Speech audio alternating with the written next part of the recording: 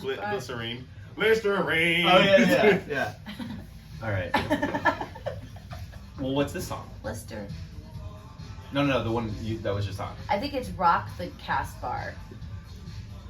No way. Rock the Cash Bar. Hold on, get like a little vibe going. Oh, That's not See, it. now you're at the point in the song where you're kind of like, got it. Yeah. Like that's one of my fears. Like you're doing karaoke and like you know the flow. All of a sudden you hit this point in that like a song like that, and you're like, and you gotta. I think there was a club called the Casbah, and it's like Rock the Casbah. In the comments, answer below. What is the name of that song? What is the name? Are we level? This thing looks droopy. Hold on. Oh, Gail, your head was out. Uh-oh. My head? I think we're good. We're good. We ready? We're ready. Okay, Gil, kick us Why don't off. we do this whole thing and go with heads not even in it? Yeah. Is it? Are you sure? Here, you hang there. Let me check. Oh, you're good. Just there we go. Just do this whole time? Yeah. All right, Gail, kick us off. All right. Coach's chat. Edition 2. Rapid fire. Rapid Windows up with AC on, windows down during the summer. I'll go last. Windows down. I'm a breeze for the breeze. Yeah, windows down unless I'm talking on the phone, then you can't hear. See, the people are gonna hate me because I go windows down with the air conditioning on. You're dual. Okay. Do you chew gum or go gumless during a workout? I don't know how you guys do that. I cannot. I would swallow it. Don't I you would get like dry mouth? No. Every time I try to chew gum during a workout, I bite the inside of my lip.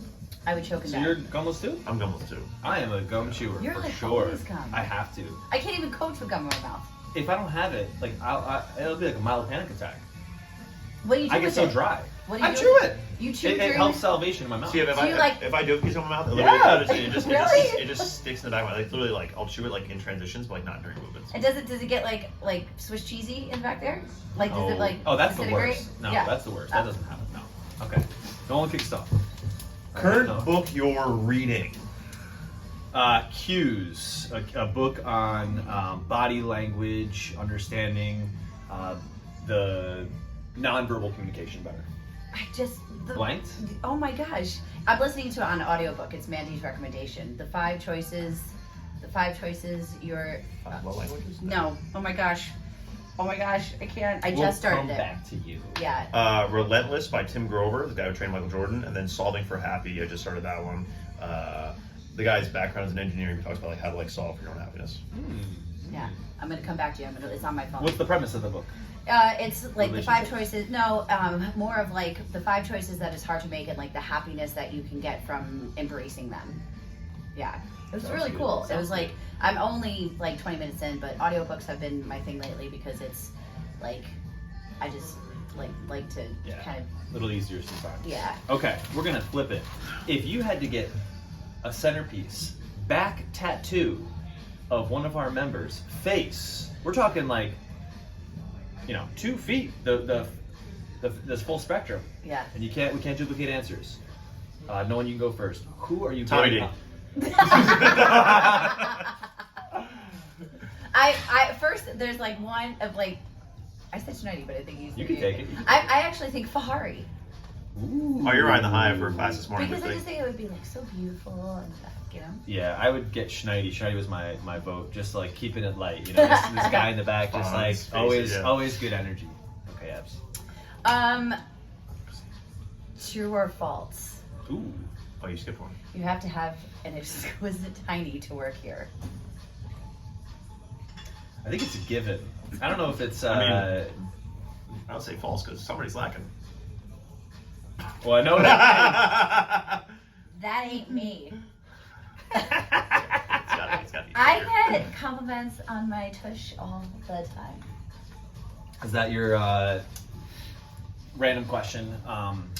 Body part you're most proud of that maybe you've worked really hard across your time, whether that's like abdominals or your butt or your arms or your shoulders. Like you have a body part that you're like, I worked really hard for this and I'm proud of how it's come. Yeah, I think the legs and the Legs the and butt? Trips. Sir, you were born with those. Yes. I'd say shoulders. Shoulders for me is definitely an area. Calves came out natural, so I don't have to those just genetically blessed. Okay. I skipped one because I couldn't read it. What do you? This is a member question. What would you recommend our members or a member do with the 5 to 15 minutes before class if they're early? Like, what are some things that could be useful, valuable, helpful to them? It's cool because we brought that question up amongst the coaches, and then I've had maybe 2 or 3 people in the past couple of days that have, just had something like, I can't get into a good rack position. My knee is kind of flaring up when I do high volume squats. So it's like, if we can pinpoint something where, if we look at the workout, we know that rack position is a difficult thing, like maybe grab a coach and do a little bit of work, open up the shoulders, the upper back, or if it's directly affiliated to what we're doing, or if you just know that the body needs a little bit more waking up. Eric Sieber is a perfect example. He gets in here, he does his routine. That could be yes. Love it. Yeah, that could be one suggestion there. Well, to kind of pivot off what Abby said, like if you're coming to class like 5 to 10 minutes before and you're like, hey, my knee hurts, or like I can't, like my shoulder hurts, that's not a problem we can solve in 5 minutes before class. I mean, we have a discussion around it, but that's something where it needs like love and attention like outside of class. But kind of what Abby said, where it's like, hey, we get here 5 to 10 minutes before, look at the workout, like what mobilities can I do to like get in better positions, like what equipment do I need? There's a woman in my life class, Julie, who's been really great about like, she has some bursitis in her elbow, so she's been showing up like 5 or 10 minutes before, so we can talk about like scaling ahead of time, because trying to scale like 13 seconds before the workout happens is not ideal. But those are some suggestions before class. Yeah, and I think to piggyback over, like combining those, it leads to the most optimal experience. So if like, I know for me, my shoulders need a little TLC before class to feel optimal. Some people, it's their back, their knees. Couch stretch is like a golden one that can always just help loosen you, especially if you sit all day or coming from work. And then what Nolan's saying too is communication, like touching base with the coach of like, is there anything going on, or what are best practices or thoughts for me for the workout? So some balance of that, of like, take care of the body, do some love there, and touch base with your coach, maybe your peers, engage through that route. Yeah, I think to kind of close that up is, we're very proud of this diverse community and how we have so many walks of life come in here before a day's work, on a day off, after a day's work, and just kind of like touching base with people and making them feel welcome if they're new, all that good stuff. Yeah. What's something you never want to see inside the gym? I'm gonna go to the first answer that I shared. As we were talking about these questions beforehand, someone drop an empty barbell from anywhere, like anywhere really, like 2 inches or below. Anywhere really above like knee height or higher, not in a controlled fashion. Whether that's that loud drop, and just it does something like. Just like getting like lightning to the body, just that one kills me. Yeah, or a dumbbell. Don't throw a dumbbell.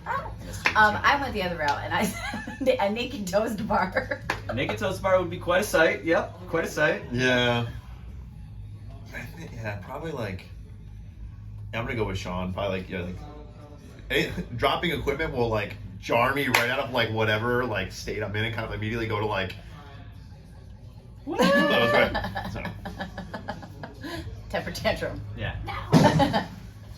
A recent proud coaching moment, and I know that those are very, very. Oh, they're so abundant. There's so many. I'll kick this one off, so you guys have some time to think. Last night I was coaching the 6. This is a shout out to Rachel.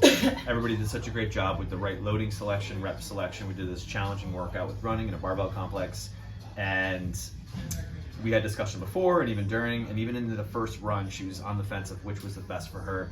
She approached the bar and she made a judgment call to take the harder route. And I remember even her leaving in her second round and just being like, oh crap, like, this is difficult. And you kind of know you got that looming last round, and she just fought and fought and fought. And I was just so proud of her effort, and that was a night she left too, very proud of herself. Even with one penalty run in there, it's like she just asked so much more of herself, and the class too. They wrapped around her at the end. I was just so proud of her that she chose something slightly more difficult to do, when it would have been easy to say, hey, I'm going to go over here, and maybe I would have smoked that easily. So shout out to her. Was it me? Yeah. So outside of fitness, I work with a woman who is in her 60s, who I jokingly call her itchy and scratchy because there's like 0 patients most of the time. Sandy, I love you. And we did a loss scan, or did an in-body scan last week, and it just so happened it was like a year it was actually 364 days from her last one, so like almost a year, right? And for somebody who's not overly patient, she was patient with her weight loss. She lost 16 pounds over the course of a year, like just through like managing what she eats, managing her stress. Like she gets in here an extra day a week with me for PT, but she's somebody who works out 2 to 3 times a week, but really manages what she does outside of here in terms of eating, sleeping, moving around. And it just shows like, hey, it's a long road, and she not only improved like her habits outside of here, but a patience habit where it's like, hey, she took the long road, made it happen, and didn't sacrifice like skeletal muscle, like lost a ton of body fat, and just like super proud of that, you know, 'cause it was it's again like job saving. Yeah, like just really flexing that patience muscle. Yeah. Yeah, there's so many hard to choose from, but the one that stands out recently, I have a client that I work with 3 times a week, and in the beginning of last week he came in, and you know, we always joke in and like the welcoming, and it's always like a little like joking time, but he met me with like some news that was very, very difficult for him to speak out, and was like loss of a very, very close person, and he came 3 days a week early, came and like really just showed up in a different way, and like left feeling better than he did walking in, and just like after the end, after each session was just like, thank you, like that really helped. So that was just so, I don't know, that just really just sticks out. Yeah, showing up even when it's really hard and life outside presents challenges for sure. Yeah.